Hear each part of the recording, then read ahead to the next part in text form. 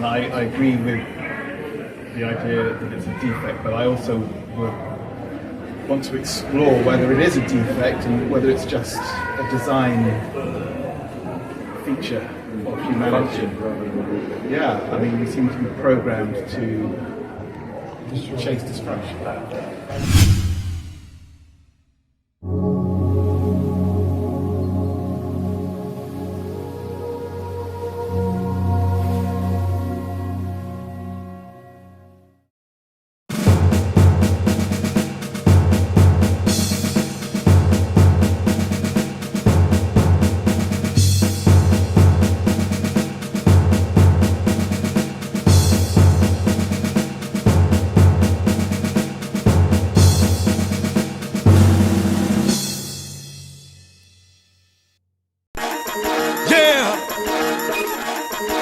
Absolutely.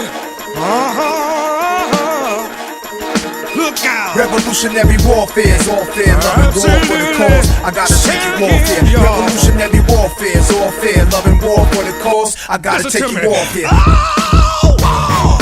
I despise, cause it means destruction of innocent lives. War means tears to thousands of mothers' eyes when their sons go off to fight and lose their lives. I said war. Good God, y'all. Revolutionary warfare, love and war for the cause. I gotta take you off here. Revolutionary warfare, love and war for the cause. I gotta take you off here. Absolutely. Listen to me. It ain't nothing but a heartbreak. Friend only to the undertaker. Oh, war is an enemy to all mankind. The thought of war blows my mind.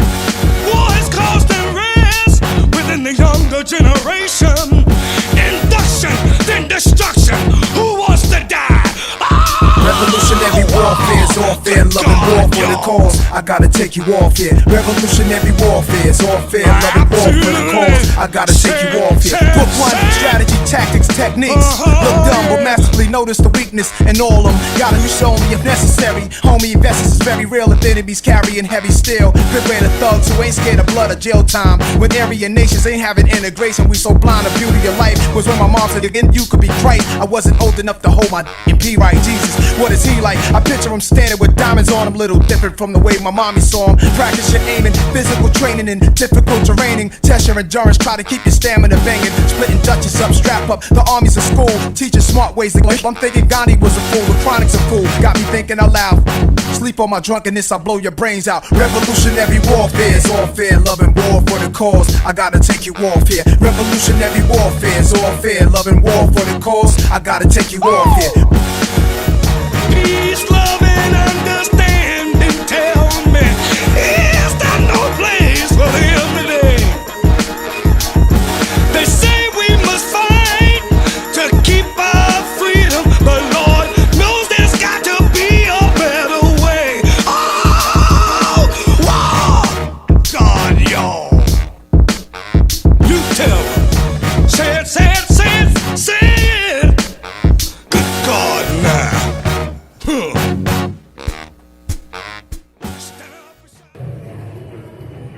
Israel went to kill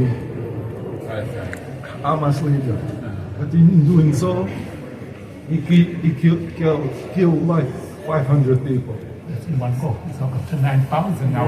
The official figure No, to 9,000. okay. Overall, I'm just saying on this. Yeah. I'm supporting what you said, not going against what you're saying. So. Well, would you say, for example, if we look at war in general, as you would say, there's been great development in terms of world war, but when we look at isolated war in terms of like guerrilla warfare, it's the art of killing people, which is also a human defect. Not a default, a defect. So is it a default or is it a defect? Let me just say something. Who invented the whole killing thing was the white people. Was it when Cain killed Abel? No, there's Was it when Cain killed Abel? the big, Yes. the big weapon. They industrialized it, yeah. But we've always wanted something. Human race always had that instinct. But is it a defect or is it default? Is it How do you mean by default? Well, defect means there's something wrong. A default means that it's just it is what it is. That's a matter of perspective, isn't it? I think it's a default. I think it's both. You know, if you look at it from a humanitarian perspective, yes, it's a defect. But if you look at humans as objects, that's just the way we're made. So war is part of our default psyche, something that we have to live through. I think it's part of our emotional makeup. It's just an outgrowth of kind of, if the fear of a person gets to a certain level, they have to attack, they have to defend themselves in a certain way. It's kind of, I think it's built into us.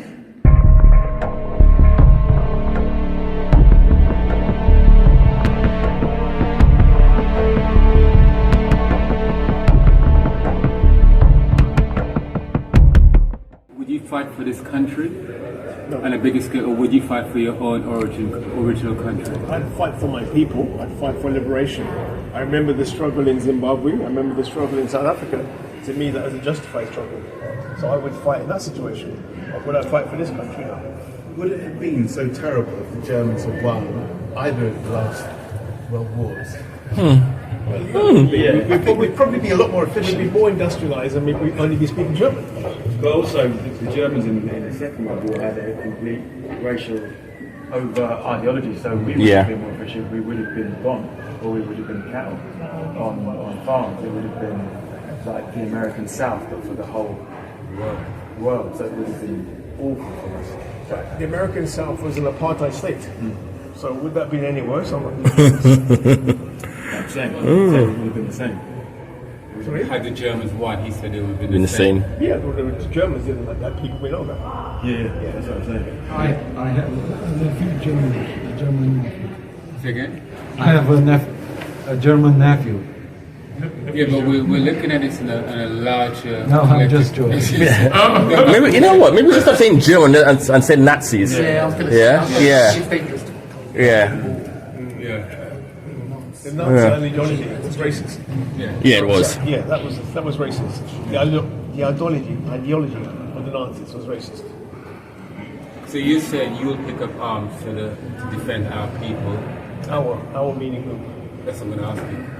What is I would, if, like, I'm from the Caribbean, and if I had to go and fight for the Caribbean, yes, I would. Yes. Because to me, that would be a justified war. Would I fight for a country where I couldn't vote at that time? No. Or you can vote in this country.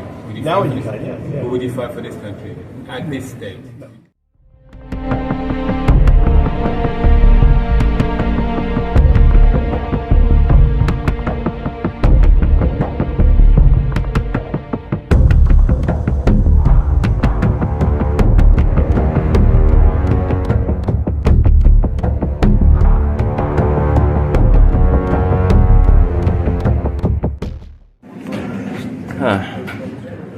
I wonder if all the other letters or adverts for other countries were the same as this. So, young men of the Bahamas.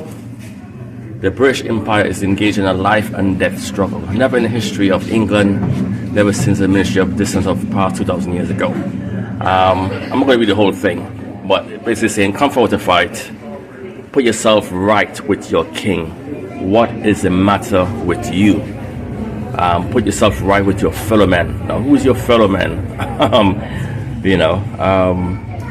But yet, when you look at other things like the Canada, Australia, it is more in a pleasant manner. It's more of an invitation. But yeah, the empire needs men.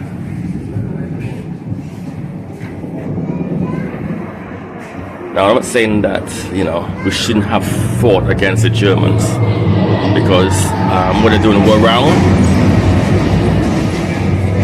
But still, I think there was still a lot of racism back in those times. where black West Indians and African soldiers were treated differently in comparison to white soldiers. And they don't get recognized up to this day in this war museum.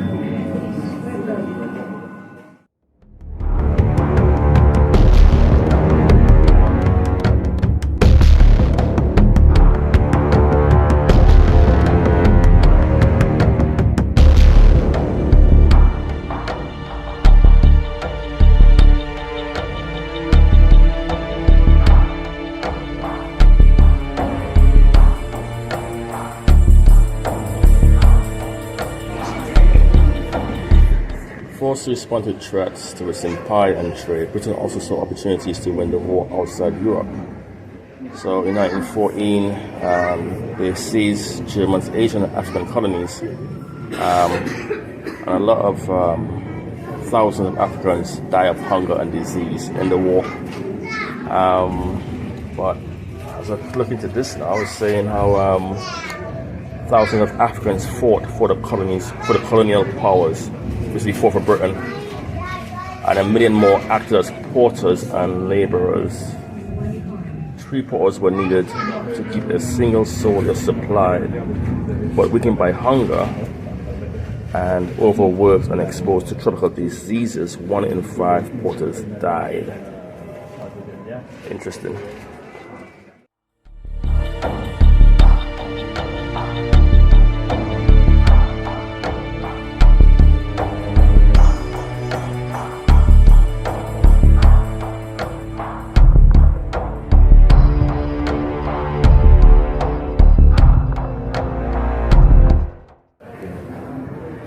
I remember the families who fought, the Windsor soldiers, who came to this country in the 30s and 40s and fought for this country, and even back further, people in the First World War, we looked earlier, they fought for this country, but they didn't have rights in this country. But how does that improve? That's what Has the situation improved? When you look at it over time.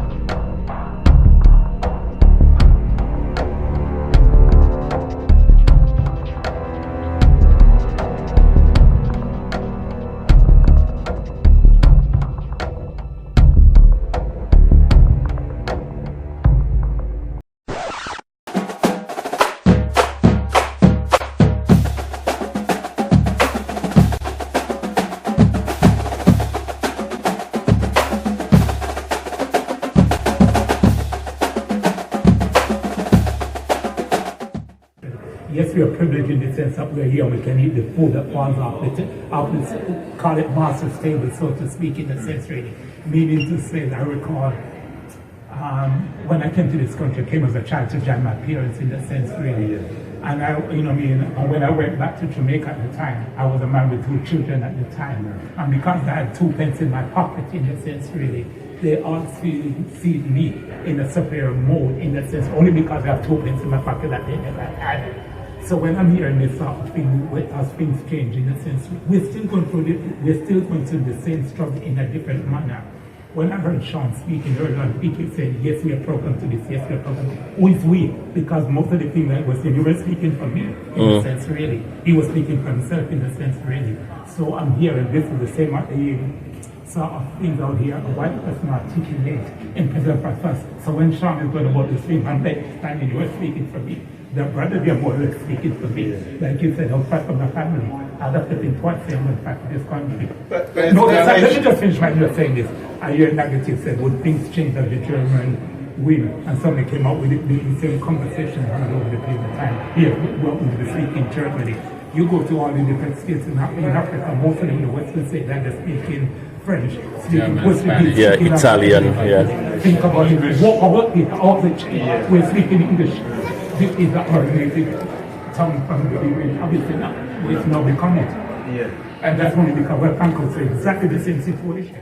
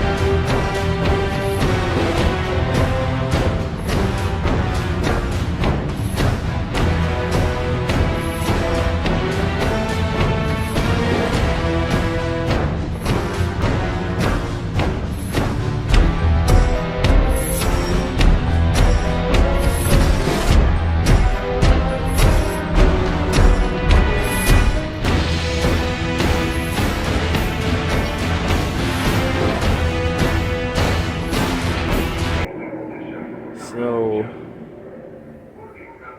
people had shelters in their back garden, or they built shelters. Let's see what does it look like inside.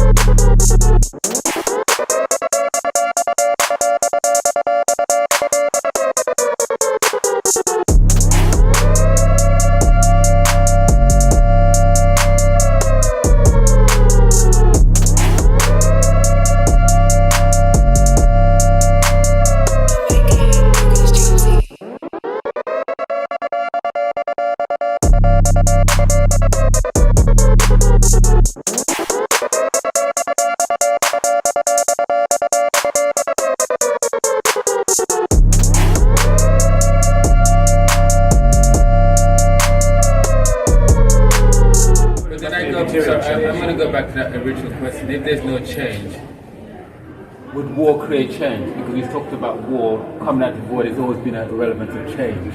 If you look at every single war that history's projected onto us, there's always some kind of change, whether it's change of religion, whether it's change of doctrines or whatever, there's been some change. Are you saying, both of you, I'm asking the question, and all of us actually, in order for them to have some kind of change in the UK, in London, let's say London, there has to be some kind of war? Yes, the answer to that is yes, and let me explain the yes in the sense really. Show me one change within this country that has occurred, whether it's the suffragettes or whatever. We don't think about mass action.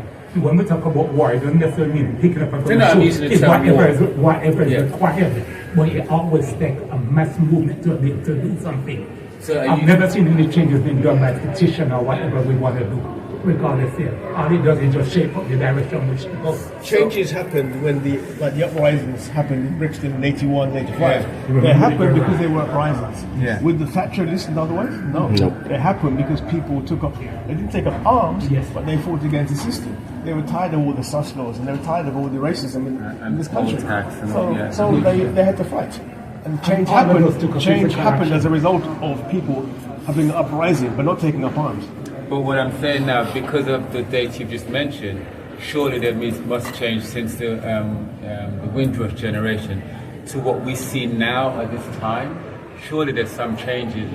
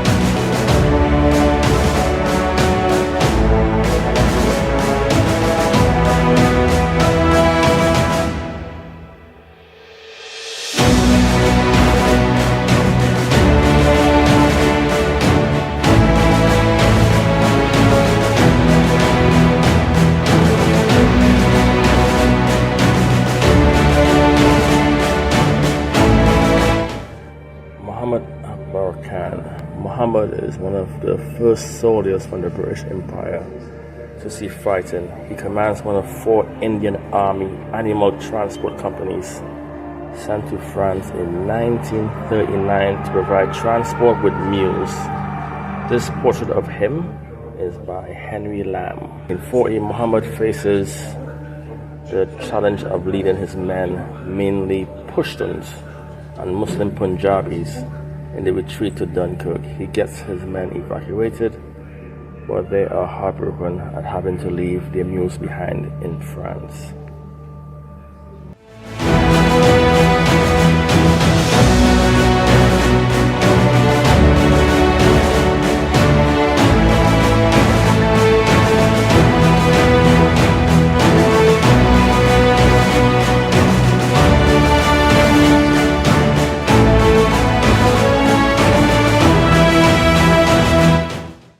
So for me, it's about what changes in the UK do you need to see to know that there have been changes?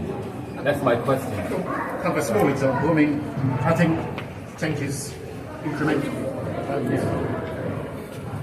Is there going to be a perfect time? Probably not, but in a sense, it kind of evolves.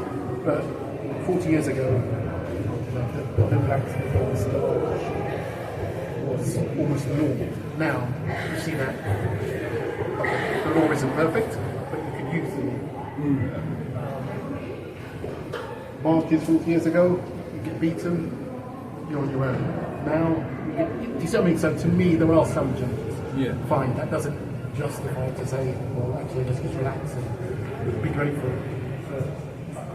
I think denied has been any changes. I mean, I second the argument that some people say, well, it's always different guys. But to me, it's 3 years ago, Black Lives Matter. Look how many people were demonized. People were demonized for marching for Black Lives Matter. You're made to feel like you're a bad person if you're voting for Black Lives Matter. So change doesn't mean that it's now perfect. So if it's changed, it has to also be perfect. And there's always going to be kind of issues and problems going on. But I think it's undeniable that there's been a material change from 50, 60 years ago. I respect the fact that I wasn't around at that time, so I don't have knowledge that other people have and experience. But it seems to me that it's changed in a material sense. We have more money in general, and we have more housing and assets and these things than we had 60 years ago. That's undeniable. We have more political power than we did then.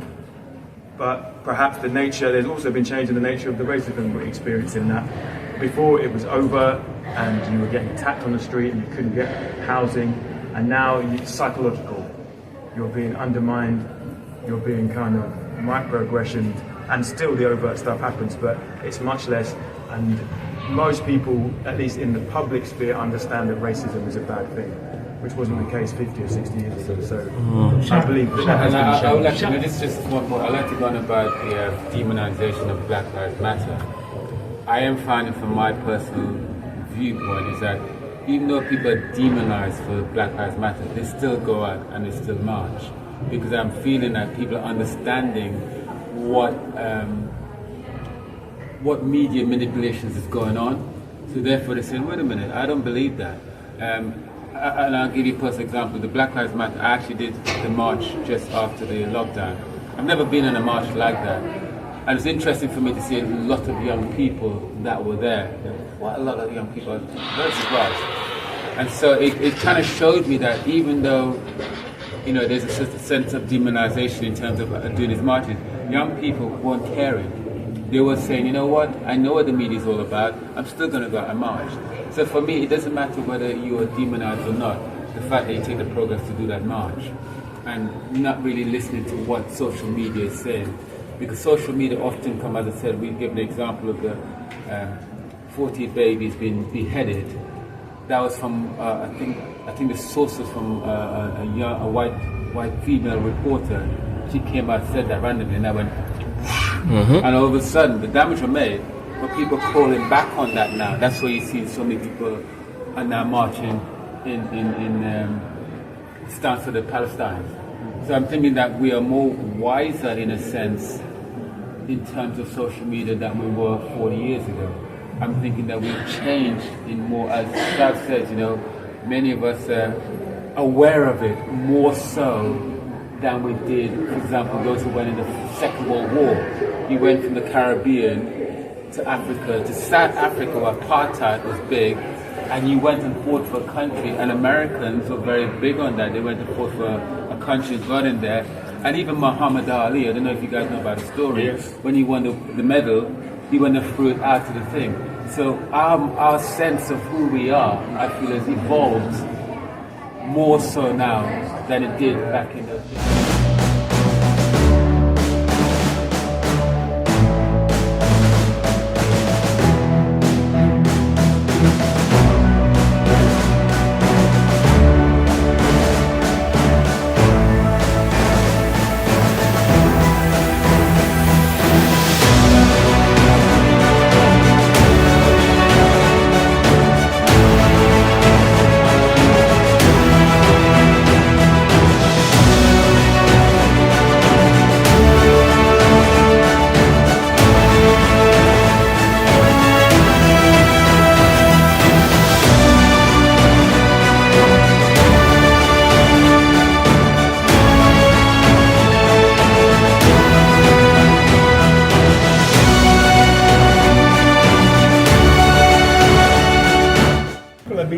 If they go and march for Palestine. This is just last week, yesterday. Yeah, but the reason why people marching is because they're recognizing that there are such a thing as deception and lies and distrust of fake media. So that's why they are marching. I mean, if you go to Palestine, why I've understood it, when the first thing came out, and we mentioned this, 40 babies were beheaded. It turned out to be an absolute lie. But that lie already sort of spread already, and people but now people are marching for the Palestine, saying, wait a minute, there's something quite wrong here, because now we have, you mentioned 9,000 people, so whatever the numbers are, being killed, and so forth. So therefore people are actually marching, so they say, look, we're tired of this lies. And I think if we go back a few years ago, I don't think people will be marching. I mean, I don't know if you guys went upstairs about Belfast and Northern Ireland. I didn't realise that 3,900 something people died in that time, and most of them were civilians. Yeah. So I'm wondering, there are changes if we talk about protests and able to do these things. There are changes that we can have this discussion now. So I'm just wondering, because I'm often curious about what concrete change do you need to see in order to recognize that there are changes. When you mention civilians, 70% of the people who died in Palestine and who also died in Israel were actually women and children. They were not soldiers. 70% on both sides. So 70% of the 1,400 Israelis and 70% of the 9,000 Palestinians have been women and children. They haven't been soldiers.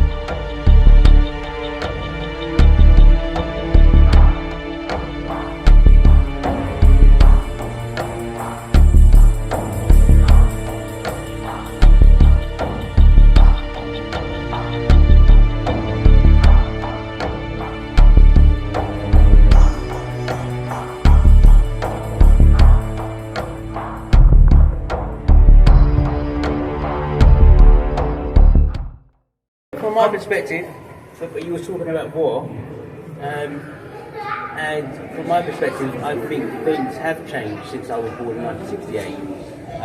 Many things. For example, I married a Caucasian, my children mixed race.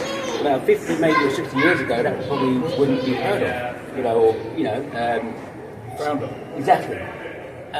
Interracial relationships in this country is more acceptable now. Whether you're Chinese, whether you're Asian, whether you're Hispanic, it's so much more acceptable. And Chuck is gone now, but I remember a few weeks ago, actually quite a while back, his son came to one of the walk and talks, and we were talking about racism, I think it was, and his son said, don't quote me on quote, but within his circle of his friends, there isn't racism. It's racism from a different generation. So what I'm trying to say there is, blacks, white, whatever racial colour can integrate nowadays without it being a colour thing. Yeah, I watch my grandchildren when they're at nursery and stuff. They're running around. They don't care whether you're black, white, got big nose, skinny nose, or whatever. They're just children playing. The racism part of it is what's inbreeded in them, in such.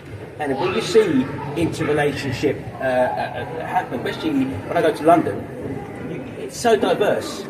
You wouldn't have seen that. Again, my uncle and my cousin, he drives a Bentley. Yeah, not being funny. Could you be a black man and 20 or 30 years ago drive a BMW, let alone a Bentley?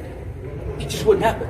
You could, yeah. You'd be stopped every 5 minutes. Okay, so what I'm trying to say is, yes, long journey. It would still happen. I remember it when I had my... As a chauffeur, you could be a chauffeur. Yeah, I had a sports car, and I kept the receipt in the glove box.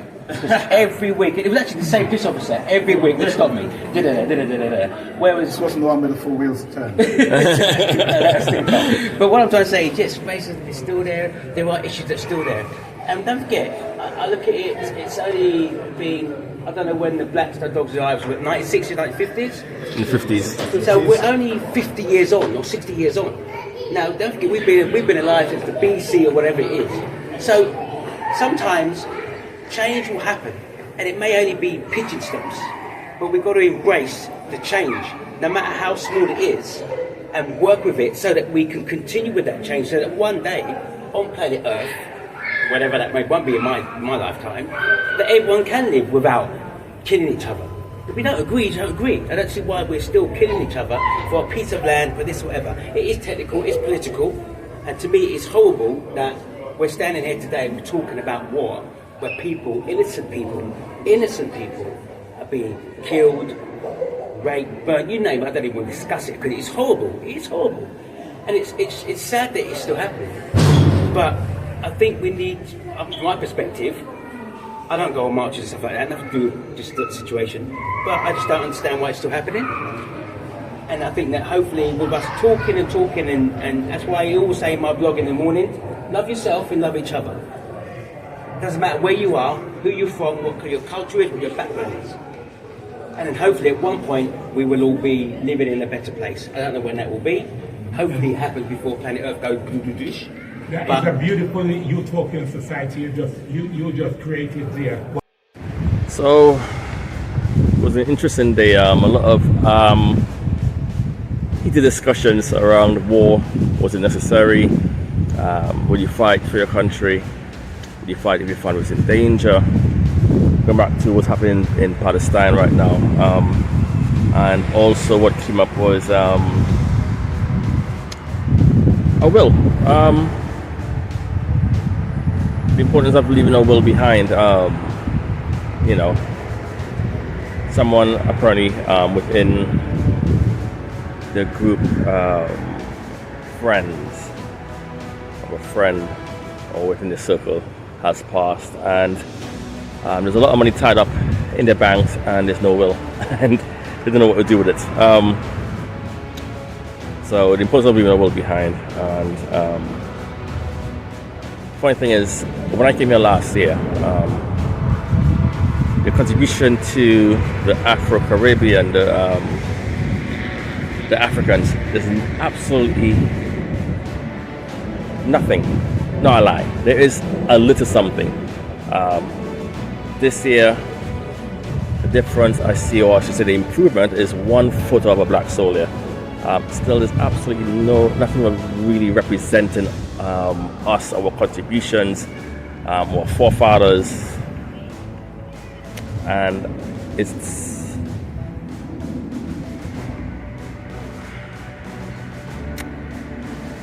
a bit sad, really.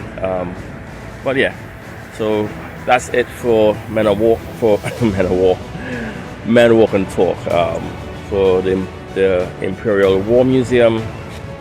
And I said how I personally would not donate money, but I would if they were to represent our contributions in there. I think it's about time that they actually start putting more of our history in there as well, because a lot of us died fighting for the British Empire from World War I to World War II, and there's not really anything that shows that contributions and loss of life. So see you for the next Men Walk and Talk. I will leave it with Masalama, God bless, and all that stuff. We have a message for this Nakba Day, for this 75 years of occupation. We want the world to know that what is being perpetrated against the Palestinian people, the oppression, the subjugation, the terrible cruelty, is not in the name of our religion. It is not in the name of the Star of David. It is not in the name of the Jewish people around the world who are true to the Jewish religion. Because we are Jewish and because we are true to our religion, we are in total opposition to the existence of the Zionist state of Israel. I call it Zionist state of Israel because it is Zionist. It is not Jewish. Judaism in the Torah forbids Jews to have our own sovereignty, our own entity since the destruction of the temples, and Jews, true to the Torah, never aspire or try to have our own state. We also are forbidden to kill or to steal. The whole concept of taking this land away from the Palestinian people, it is totally antithetical and is contradictory to my religion, Judaism. Jews have always, from day one, stood up against this Zionist entity. We as Jews continue. Because we are true to the Torah, we stand and demonstrate, and we cry and suffer and feel the suffering of the Palestinian people. We want the world to know we are in solidarity. We are together with the Palestinian people in their suffering, and we hope and pray to God constantly for the total end of the occupation. We want the world to know that the Zionist movement is not a Jewish movement. It was a political, material movement created by heretics, and they simply try to incorporate our religion in order to intimidate and silence people and call them anti-Semitic if they stand in opposition. But this is patently false. Anti-Semitic is supporting the state of Israel. It is the cause of exacerbating anti-Semitism by having this occupation. It is a cause of bloodshed of the Palestinians and Jews alike. It is the cause of the oppression of not only the Muslims and the Christians in Palestine, but of the Jews. Hundreds of thousands of Jews stand in Palestine, have lived there prior to the state. They have lived and they're continuing to live till today and demonstrate daily and get brutally beaten and arrested. This is the sad story of this terrible Nakba. It is a tragedy, a calamity, and God with His compassion, we hope, will see the suffering. And even today, the last few days, how you see daily the death and suffering of the Palestinians and the attacks. It's all Zionism, not Judaism. God with His compassion should bring a speedy removal of the Zionist state of Israel so we can once again live together in harmony, Jews and Arabs, as we've had for all these hundreds and hundreds of years, and Jews would show their gratitude to the Arab and Muslim countries for their embracing Jews and giving them a home. Inshallah, soon in our days. Amen.